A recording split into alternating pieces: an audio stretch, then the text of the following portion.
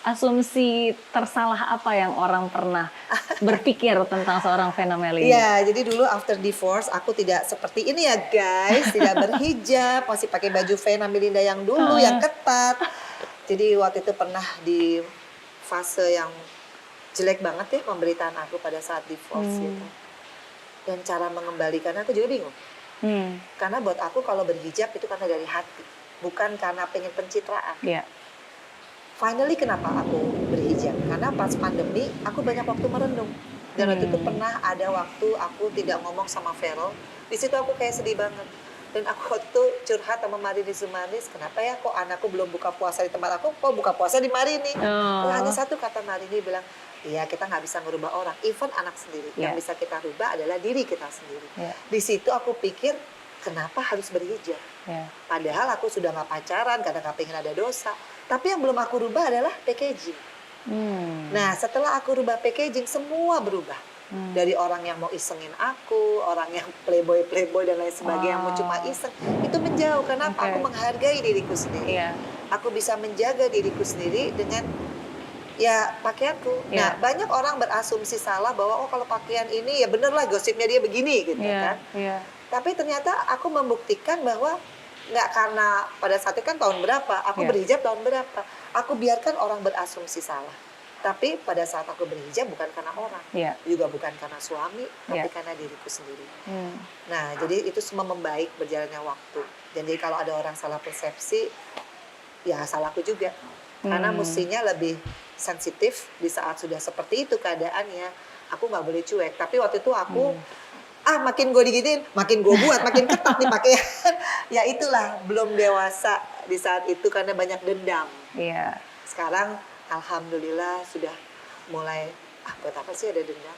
Kalaupun dulu saya pernah dijahatin, itu bukan Ya PR sudah. kita. Betul. PR kita kalau kita yang jahat jadi orang. Iya. Tapi kalau orang jahatin PR dia sendiri. Itu urusan dia. Tapi PR yang di kita kalau atas. kita jadi dari baik jadi jahat tuh PR banget.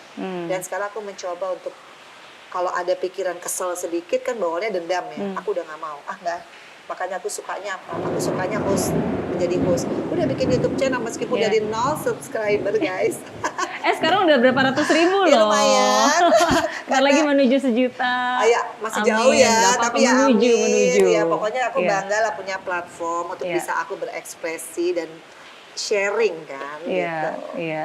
Ya memang dibutuhkan kebesaran hati untuk kita bisa terus berproses ya. Iya. Sometimes kan kadang-kadang saya yakin pasti ada keinginan untuk membenarkan, nggak kayak gitu gitu kan. Sibuk gitu ya. Tapi ya daripada kita Ya. sibuk membalas dalam arti membenarkan nggak kayak gini, harusnya kayak gini ya lebih baik waktunya dipakai untuk ya berbuat lebih banyak kebaikan aja, Benar. bukan dipakai untuk membenarkan dan menjelaskan Atau kepada membela diri mereka lah, gitu atau ya. membela diri. Iya. Pertanyaan ke-7, kalau Mbak Vena bisa punya superpower, pengennya punya superpower apa dan kenapa? Kalau aku sih ngerasa superpower itu adalah bagaimana kita bisa hidup kan cuma sebentar. Aku ngerasa superpower aku waktu aku bisa jadi DPR RI ya.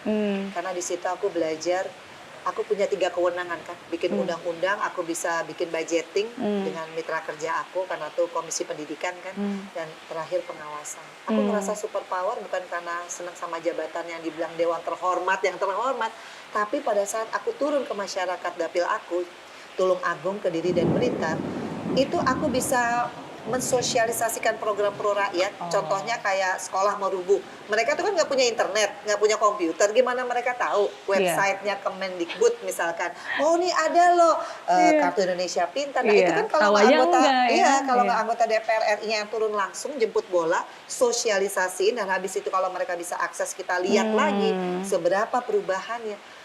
Buat aku itu keniscayaan sebagai manusia yang sesungguhnya. Bahwa dia dikasih amanah, dikasih jabatan, dia tidak menyia-nyiakan 1 detik pun.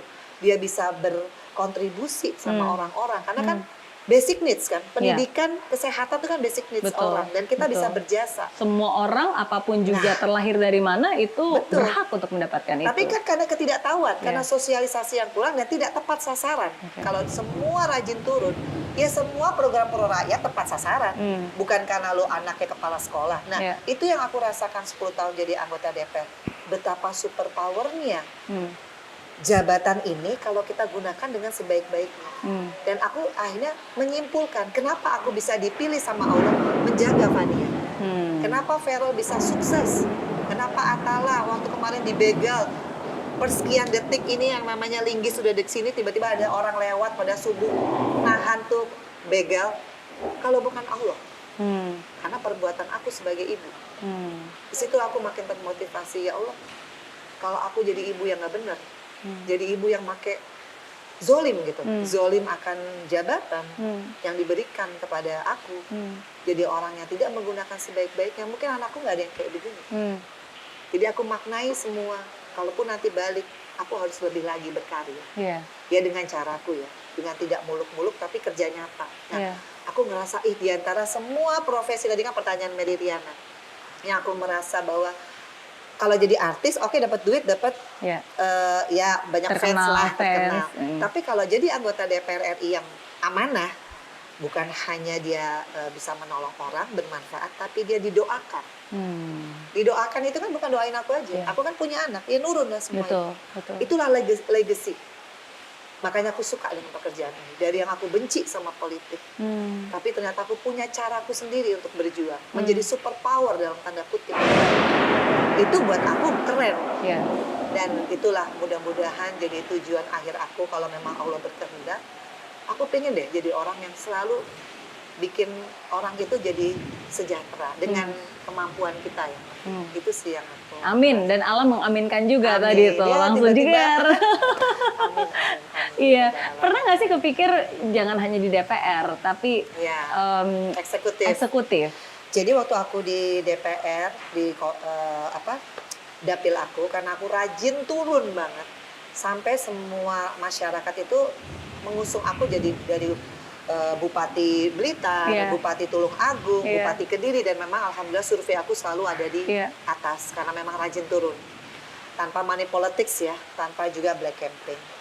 Alhamdulillah aku belum siap karena buat aku harus belajar. Aku kan waktu itu S1 ya, Trisakti Manajemen.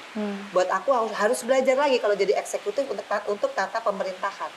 Karena nggak mungkin aku hanya berdasarkan pencitraan bagus, kerja bagus, tapi tidak lagi di-upgrade otak aku. Jadi aku menolak waktu itu pada masuk bursa berkali-kali, bukan karena apa-apa, karena aku harus belajar lagi. Jadi buat aku parlemen masih jadi platform aku untuk berjuang bagi masyarakat. Eksekutif mungkin setelah aku S2 atau S3 aku baru siap. Gitu.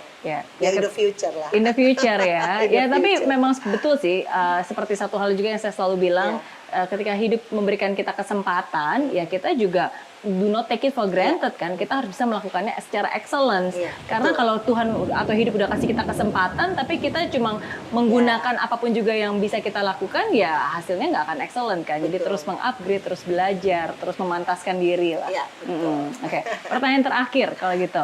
Pelajaran terbaik yang hidup pernah berikan atau ajarkan kepada Mbak Vena? Perceraian orang tua aku, perceraian aku sendiri. Itu semua pembelajaran sangat berharga. Jadi aku nggak bisa ngebayangin ya kalau aku nggak terlahir dari mama yang kayak Mama Ayu gitu ya. Ini orangnya ada di belakang, yang sedemikian tough banget jadi orang yang selalu membuat aku selalu pengen jadi yang the best gitu. Pokoknya aku pengen jadi the best. Karena rasa sayang aku itu selalu aku ingin buktikan dengan karya sih. Aku melihat gimana painful ya dia dari anak orang kaya mau kerja mani mediocre hanya untuk bikin aku sukses in the future, dan she did it gitu. Jadi aku mungkin bukan kayak anak-anak yang mama I love you, enggak. Tapi apa yang sudah aku lakukan di usia aku yang 50 tahun ini itu sebenarnya dedikasi sih buat dia. Dedikasi buat mamaku yang sedemikian rupa. Dia tuh lulusan SMP, tapi dia punya ilmu kehidupan yang luar biasa. Yang selalu ngajarin aku untuk selalu stand up gitu ya. Nggak ada tuh kata yang buat dia cengeng. Karena dia nggak pernah nunjukin itu. Even though dia nggak punya uang, waktu itu kawin juga kawin lari, punya anak di usia yang sangat muda, kan bisa aja dia abandon me. Tapi dia nggak pernah ngelakuin itu. Dengan segala konsekuensi. di umurnya dia yang terlalu muda menurut aku. Iya. Ya itulah hero yang sesungguhnya. Jadi dia bukan hanya ngomong, Iya. tapi dia mencontohkan betapa ya karakter dan mental yang kuat yang menyelamatkan kamu. Dan Tuhan sudah menitipkan ke orang yang tepat ya. Dan Ya. makanya Mbak Vena pun juga bisa menjadi seperti sekarang ini. Alhamdulillah. Karena ada wanita yang jauh lebih tangguh, jauh lebih hebat, Iya. yang selalu mendoakan. Dan walaupun mungkin nggak punya jawaban, tapi tetap selalu ya bersama yuk jalan Iya. dan always be there for you. Iya.